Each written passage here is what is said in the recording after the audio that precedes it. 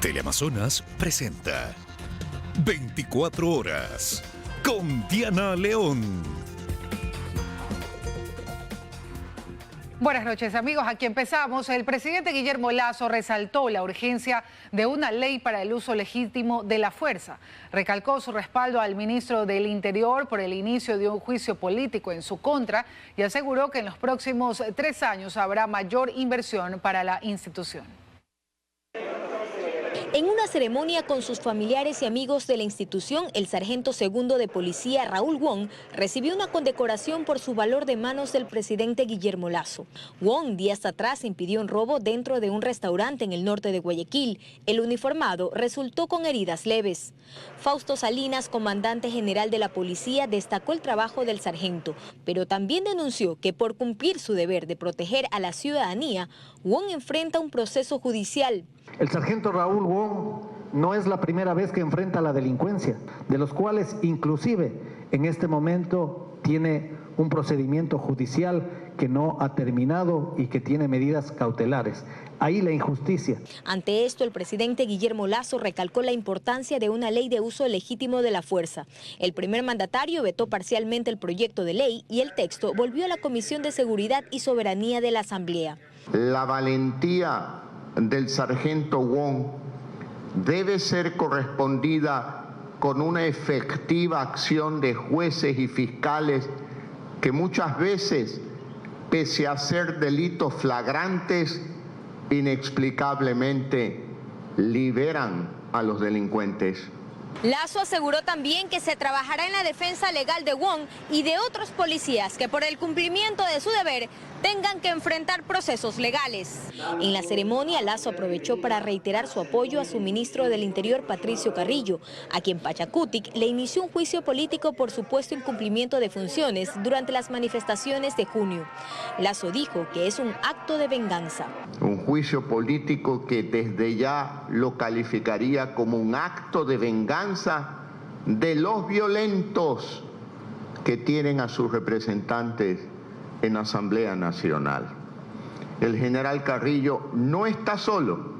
A lo que el ministro del Interior, Patricio Carrillo, dijo estar tranquilo y sentir el respaldo del gobierno.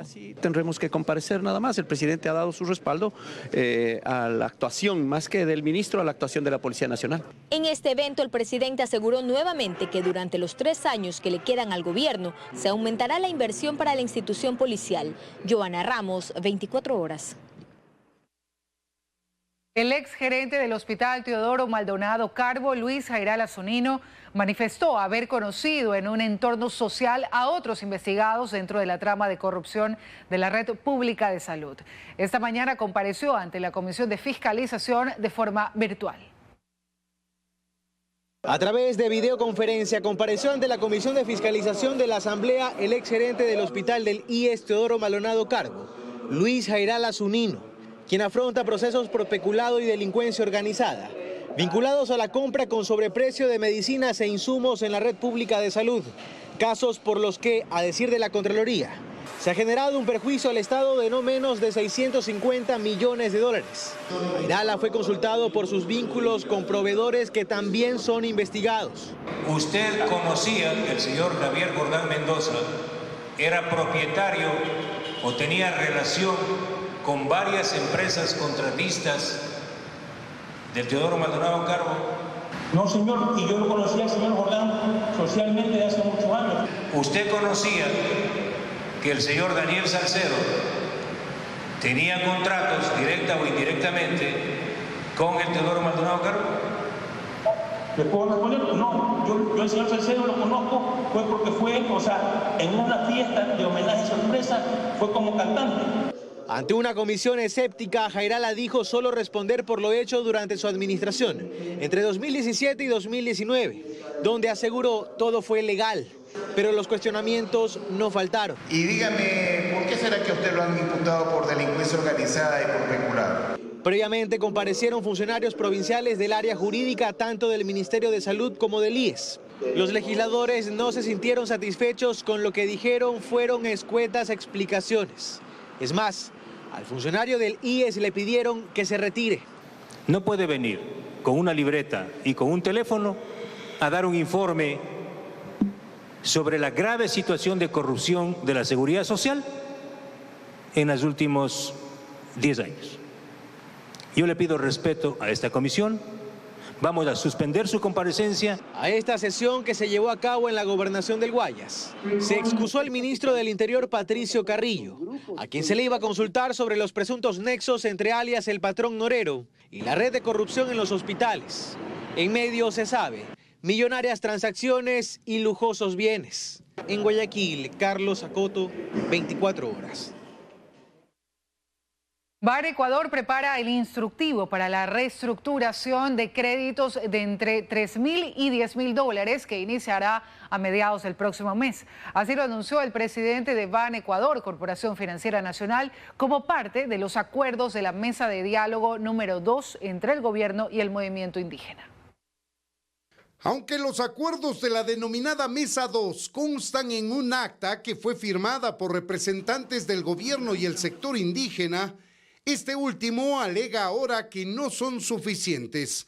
Lo hace a través de este tuit emitido la mañana de este martes, mientras Banecuador ya se prepara para iniciar la reestructuración de créditos de entre $3.000 y $10.000. En la reestructuración estaríamos listos a mediados de agosto.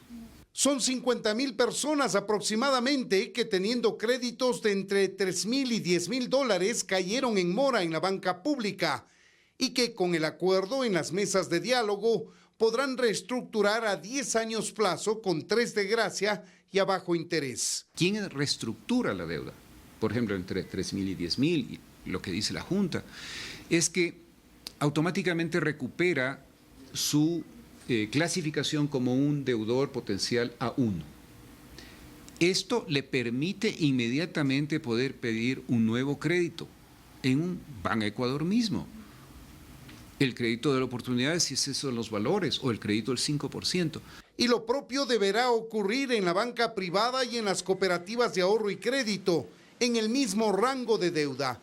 Pero en esta parte es precisamente donde el sector indígena y campesino dice que no es suficiente y sostiene en este comunicado que lo acordado con los bancos privados para la reestructuración no es garantía de nada y es insuficiente. Entonces, el 71% de microcrédito está en cooperativas, 29% está en bancos. Lo que hablo del sistema financiero es que con este marco de acción tienen para tomar sus decisiones voluntarias de cómo dar una solución. Si es que esto es por rubros, por segmentos, por lugares, esta es una decisión pues del sistema financiero privado. Lo cierto es que la banca pública condonará capital e intereses a 27.000 deudores de hasta $3.000 por un monto de $44 millones y reestructurará deudas a otras 50.000 personas con deudas de hasta $10.000, lo cual le costará al Estado otros $50 millones. En Quito, Freddy Paredes, 24 horas.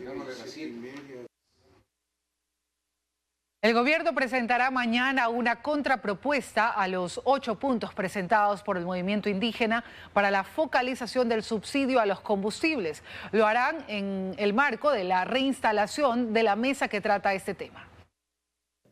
Este miércoles el gobierno y el movimiento indígena volverán a sentarse a la mesa para intentar acuerdos en torno a la focalización del subsidio a los combustibles en base a una propuesta del sector indígena y campesino.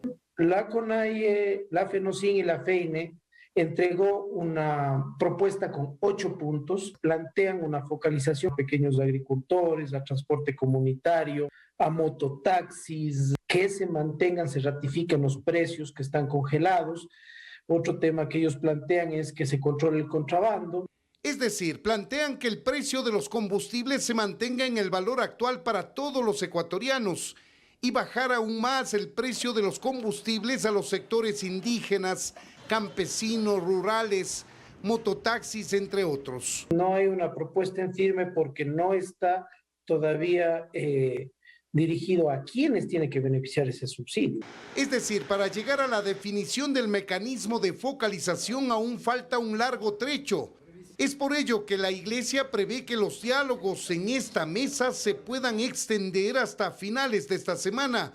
Y luego de ahí, si es que no hubiese algún acuerdo, o quedan temas pendientes, pasaría a la mesa de coordinación. Así se aprobó la metodología. En la mesa de coordinación estarán el ministro de Gobierno, en representación del presidente de la República, y los presidentes de las organizaciones indígenas y campesinas. Este miércoles también se instalará la mesa de control de precios y especulación, así denominada en las mesas de diálogo, que mantendrá su primer acercamiento. Ese día cero está dedicado para la organización propiamente de la mesa. ¿Y en qué consiste la organización? Está lo de la acreditación de los representantes de los movimientos indígenas del gobierno, los invitados y también los peritos. Luego otro punto importantísimo es el intercambio de información entre las partes para que así puedan llegar ya a las mesas con propuestas concretas. Solo se contarán los días en los que efectivamente se trata el fondo del tema y no aquellos que se utilizan para asuntos logísticos y de organización. En Quito, Freddy Paredes, 24 horas. Seguimos, amigos. 4,5 millones de ecuatorianos viven con menos de $2.85 al día. La pobreza en nuestro país está sobre todo en el campo. Un equipo de Teleamazonas visitó 2 de los cantones más pobres de Ecuador. Dayana Monroy está con nosotros para contarnos cuáles son esos cantones y sus necesidades. Dayana. Hola con todos, así es, estuvimos específicamente en Huamboya, en Morona, Santiago y también en Pujilí, en Cotopaxi, donde de hecho vivir con $2.85 parece ser ya un privilegio, pues allí azota la pobreza extrema. ¿Qué quiere decir? Una persona vive con $1.65 al día. En estas zonas del país, 7 de cada 10 ecuatorianos son pobres. Veamos. Nos dice con voz alta y firme: me llamo María Elena Cachuparqui. No sabe español, pero nos traduce César. María Elena es viuda. Sus 2 hijos también murieron y no sabe cuántos años tiene. Ella me manifiesta: no lo sé, no soy letra. No conozco en documento, puede sumar las edades. Vive en esta casa sin energía eléctrica, sin agua y en estas condiciones. Si come 3 veces al día, le preguntamos, y nos dice que a veces. Estoy aquí, dice, y a veces que no hay alimento para comer, dice, y así me toca luchar hasta que Dios donde que la diga hasta aquí, dice. La población en la comunidad Curiquingue de la parroquia Huangaje en Pujilí, Cotopaxi, es en su mayoría anciana y en su totalidad pobre. Aquí la tierra es árida, solo cuando llueve se salvan las cosechas, no hay sistema de riego y los jóvenes se han ido en busca de mejores días. Y así es la vida de condición de seres humanos. Creo que todos tenemos merecer de vivir mejor condición de la vida. Ellos son los ecuatorianos más pobres del país, aquellos que viven con $1.65 al día. Quienes están en pobreza extrema, donde la pobreza es tan fuerte que hay hambre, poca salud y baja educación. A solo 4 horas con 40 minutos está Huamboya, otro de los cantones más pobres del país en Morona, Santiago. Sí, cuando hay trabajo ganamos día y con eso compramos nosotros cualquier cosita. La familia Chiqui Chinguín de la comunidad Shuar Huanhuay San Francisco está enfrente a lo que es su almuerzo. Como agricultor trabajamos, cultivamos papa china, yuca, camote, plátano. Según los últimos datos del INEC, 1 de cada 4 ecuatorianos vive en pobreza. En la zona rural la situación es peor. 7 de cada 10 ecuatorianos es pobre. El grupo más afectado son los indígenas, donde 9 de cada 10 tiene carencias. Para entender el problema, nos dicen los expertos, hay que saber que hay 2 tipos de pobreza. La pobreza por ingresos, es decir, la pobreza a la que se llega por ejemplo, perder el empleo o por temas coyunturales como la pandemia, aquella de la que frecuentemente se sale. Pero está también la pobreza multidimensional, es decir, la pobreza estructural, esa que arrastra generaciones. Digamos, una persona, un profesional que pierde su empleo, puede reinsertarse en el mercado laboral, pues dejaría de estar en las estadísticas, mientras que una persona que no tiene la educación, que no tiene esas capacidades, ese capital humano para que le facilite su inserción, peor aún su reingreso al mercado laboral, pues estaría básicamente condenado a estar en una situación de pobreza potencialmente a lo largo de su vida. Lo siguiente a entender es que algo está mal en el campo. El 71% de la pobreza estructural está en la zona rural. Los colectivos tradicionalmente ignorados, olvidados, y los colectivos que tradicionalmente han estado excluidos del mercado laboral, por lógica y sentido común, efectivamente son los que van a presentar los niveles de pobreza más altos. Si queremos ser aún más específicos, podemos decir que los indígenas son los más pobres del país. El 80% de su población es pobre. Pero ¿qué significa en Ecuador vivir con $2.85 si hay suerte y $1.60 en muchos casos? Para entenderlo podríamos revisar el precio de la canasta básica. La canasta básica llegó a $751. Una persona en pobreza extrema solo tiene ingresos familiares de $49, es decir, solo tendría para cubrir el 7% de la canasta básica. La siguiente pregunta es, ¿qué hacemos frente a esto? ¿El gobierno está haciendo algo o está ignorando el problema? ¿La entrega del bono es realmente una solución? Todo esto lo vamos a analizar en un próximo reportaje y también vamos a revisar qué implica que el 25% de ecuatorianos no tengan ni para comer, qué efecto tiene y sobre todo cuáles son sus consecuencias para el país. Aquí me despido. Gracias, Dayana. Estaremos pendientes de tus próximas entregas. En otro tema, la pugna por la presidencia del Consejo de la Judicatura se mantiene. El vocal Álvaro Román busca asumir la presidencia del organismo y en paralelo se enfrenta a una denuncia que reposa en el Consejo de Participación Ciudadana. El nombre del denunciante se mantiene en reserva dentro del Consejo de Participación Ciudadana, pero es quien busca la salida de Álvaro Román del Consejo de la Judicatura. Román ha sido insistente en buscar la presidencia del organismo porque ha dicho que le corresponde. Porque constitucionalmente percibo y digamos, siento que desde el punto de vista de que no tengo que estar de vocal, cualquier vocal, sino como presidente. No obstante, la denuncia se basa en la declaración patrimonial de Álvaro Román, que reposa en Contraloría. Según el denunciante, Román estaba obligado a presentar esta declaración como vocal del Consejo de la Judicatura, y esto en enero del 2019. La denuncia resalta que ha presentado, dice el texto, de forma descabellada, una declaración jurada como presidente del Consejo de la Judicatura, cuando estaba obligado a presentar como vocal suplente, que no podía realizar una declaración como presidente, ya que dicha designación le corresponde al pleno del organismo y esto no ha ocurrido. El vocal suplente nos había dado una respuesta sobre este tema de la declaración de bienes obligatoria, y es que se siente más presidente que vocal. Yo no he hecho una nueva declaración, ¿por qué? Porque yo no he aceptado o no he firmado la acción de personal y el requisito, el documento habilitante para firmar la acción de personal es la declaración como vocal del Consejo de la Judicatura suplente, como me quieren tener. Entonces, yo sigo sosteniendo de que soy el presidente y presenté la declaración como presidente del Consejo de la Judicatura. Lo cierto es que se ha presentado la denuncia en su contra y es parte de una investigación al interior del Consejo de Participación Ciudadana y Control Social. El Consejo de la Judicatura, con amplios poderes en la función judicial, ha sido fuente de grandes disputas que aún se mantienen. Fausto Yepes, 24 horas.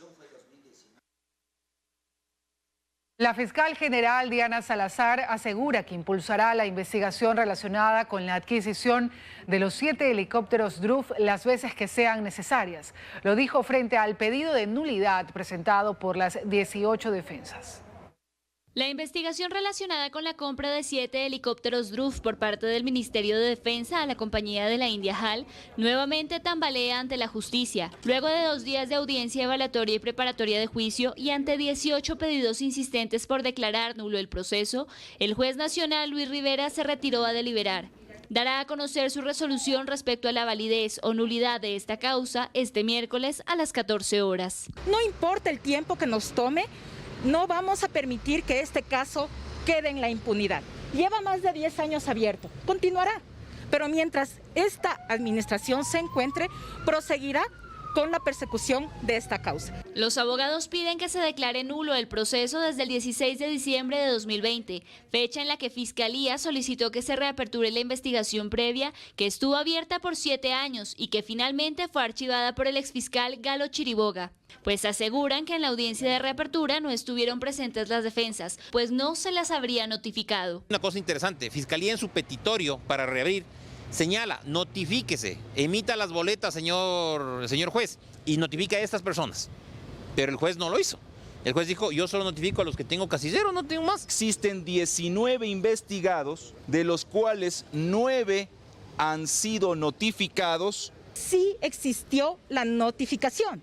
Lo que pasa es que eran otros los abogados que patrocinaban a los ahora procesados y no asistieron. Para la reapertura de esta causa, Fiscalía presentó 3 nuevos elementos de convicción, 2 peritajes que constaban en un proceso administrativo y el informe de la Comisión Multipartidista de la Asamblea Nacional que investigó el asesinato del general de la Fuerza Aérea Ecuatoriana, Jorge Gabela. Entre los 18 procesados por el delito de peculado constan los exministros de Defensa del correísmo Javier Ponce y Wellington Sandoval. De acuerdo a la teoría de Fiscalía, la compra de los helicópteros causó un perjuicio para el Estado de $66 millones.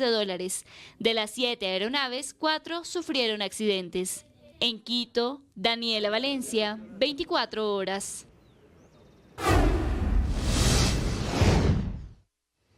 Y les contamos, una vivienda colapsó en el cantón Montúfar de la provincia del Carchi por el sismo registrado esta madrugada. Varias brigadas levantan información para brindar ayuda humanitaria a los damnificados. Con la mirada perdida, los propietarios de esta vivienda contemplan lo que quedó de ella, con una pequeña fogata que abriga el gélido frío de la mañana, con la esperanza de recuperar lo perdido. Afortunadamente no hubo víctimas, dando gracias a Dios, estamos con bien, pero sí perdimos todas las cosas materiales. Es una de las más de 100 viviendas afectadas tan solo en el cantón Montúfar, cuyos daños estructurales se dieron al nuevo movimiento registrado en la madrugada. Mi pequeño estaba dormido y yo no sabía qué hacer, estaba desesperada porque empezó a caer los terrones ya en la cama, todo eso. Esta no es la única casa afectada por las réplicas de este día. Una de las paredes de esta vivienda, ubicada en el centro de San Gabriel, también se vino abajo, afectando a una persona con discapacidad. Las autoridades levantan información para brindar apoyo a los damnificados que principalmente se registran en la zona rural. Como de igual forma, se activarán los albergues de ser necesario. En todo el cantón, con las brigadas que desplegamos, son aproximadamente 166 viviendas afectadas. Más de 300 viviendas están afectadas en el cantón Espejo, de ellas casi un centenar completamente inhabitables, hasta donde empieza a llegar la ayuda humanitaria. Cerca de 100 kits de asistencia humanitaria referente a kits de limpieza. El día de ayer también llegaron cerca de 130 camas. El día de hoy llegan 400 carpas en el caso de ser necesario. Pero no todos cuentan con suerte. Hay quienes tienen que retirar los escombros por cuenta propia. Se trata de más personas discapacitadas y adultos mayores. Son discapacitados.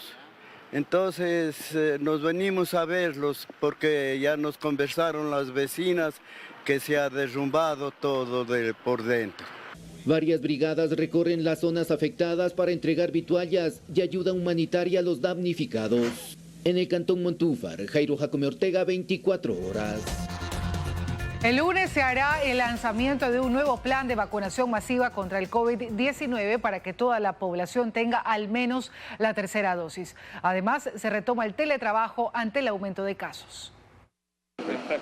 Ante la necesidad de disminuir los casos de COVID-19 en Ecuador, el Comité de Operaciones de Emergencia Nacional, en su sesión de este martes 26 de julio en la sede de San Borondón, resolvió que las instituciones públicas regresen al teletrabajo. Esto con el afán de reducir el aforo en espacios cerrados, pues en varias dependencias en la última semana se ha evidenciado un brote de contagios. La máxima autoridad, en coordinación con Salud Ocupacional, decide el número de porcentaje de trabajadores que harían presencial y quienes van a teletrabajo para minimizar los riesgos. Esto entrará en vigencia el próximo jueves 28 de julio y deberá ser aplicado durante un lapso de 15 días. El presidente del COE Nacional, Juan Zapata, aclaró que para los funcionarios de los sectores estratégicos hay la opción de no adoptar el teletrabajo y sugirió al sector privado aplicar la misma recomendación. Otra de las medidas que adoptó el comité fue la aprobación del protocolo de aislamiento ante la presencia de posibles casos de COVID-19. Estamos solicitando a todas las personas que tengan síntomas respiratorios y asociados que se aíslen inmediatamente, o además las personas que han estado en contacto directo con una persona que fue positiva también debe aislarse. Inmediatamente debería hacerse una prueba de antígeno o PCR. El ministro de Salud, José Ruales, previo al anuncio de la resolución, presentó un informe epidemiológico en el que se evidencia que los contagios han aumentado en adolescentes de entre 15 y 19 años y en niños menores a un año. Solo en la última semana los casos pasaron de 12.617 a 16.817, es decir, hubo 4.200 contagios nuevos. Pese a ello, Ruales aseguró que se evidencia un aplanamiento en la curva de positivos, ya que hay provincias en las que han empezado a disminuir los contagios. El vicepresidente de la República, Alfredo Borrero, insistió en la necesidad de vacunarse y anunció la implementación de un nuevo plan de vacunación masiva. El día lunes estamos convocando a las 10 de la mañana a la Federación de Cámaras Portadoras, los grupos empresariales, con el objetivo de vacunar a 10.482.294 ecuatorianos hasta el fin del mes de septiembre. Luisa María Heredia, 24 horas.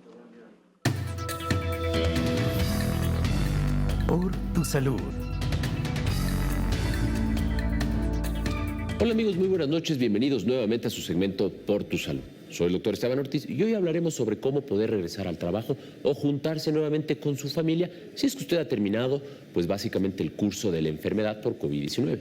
Como nosotros sabemos, pues el periodo de incubación de este virus puede durar entre 2 a 5 días. Usualmente, pues el día 5 es cuando nosotros tenemos el pico de los síntomas, aparece la enfermedad, pues y obviamente en este punto es cuando es más probable hacerse el diagnóstico. Sin embargo, pues las infecciones leves usualmente resuelven más rápido que las que son más graves. Y obviamente nosotros tenemos que entender que muchas veces las personas siguen siendo contagiosas, como lo hemos dicho en programas anteriores, hasta el día 7 o hasta el día 10.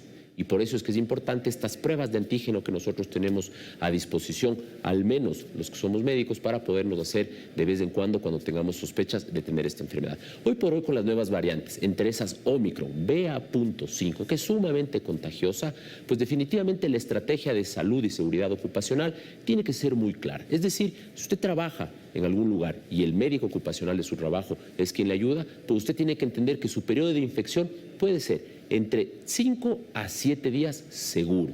Y obviamente aquellos que no tienen síntomas durante el día 7, 8, 9 y 10, pues definitivamente pueden regresar al trabajo sin necesidad de hacerse ningún tipo de prueba. Pero si es que tiene que regresar antes, es decir, al día 8, una prueba de antígeno es recomendable. Y eso es importante que ustedes entiendan para poder evitar contagios posteriores. Hay muchas personas que se aíslan en su casa, pero se aíslan 2 o 3 días y el día 4 le contagian a la persona que estaba con ustedes. Y después de ese familiar, pues empieza el ciclo nuevamente y se alargan los aislamientos. La familia puede permanecer aislada mucho tiempo.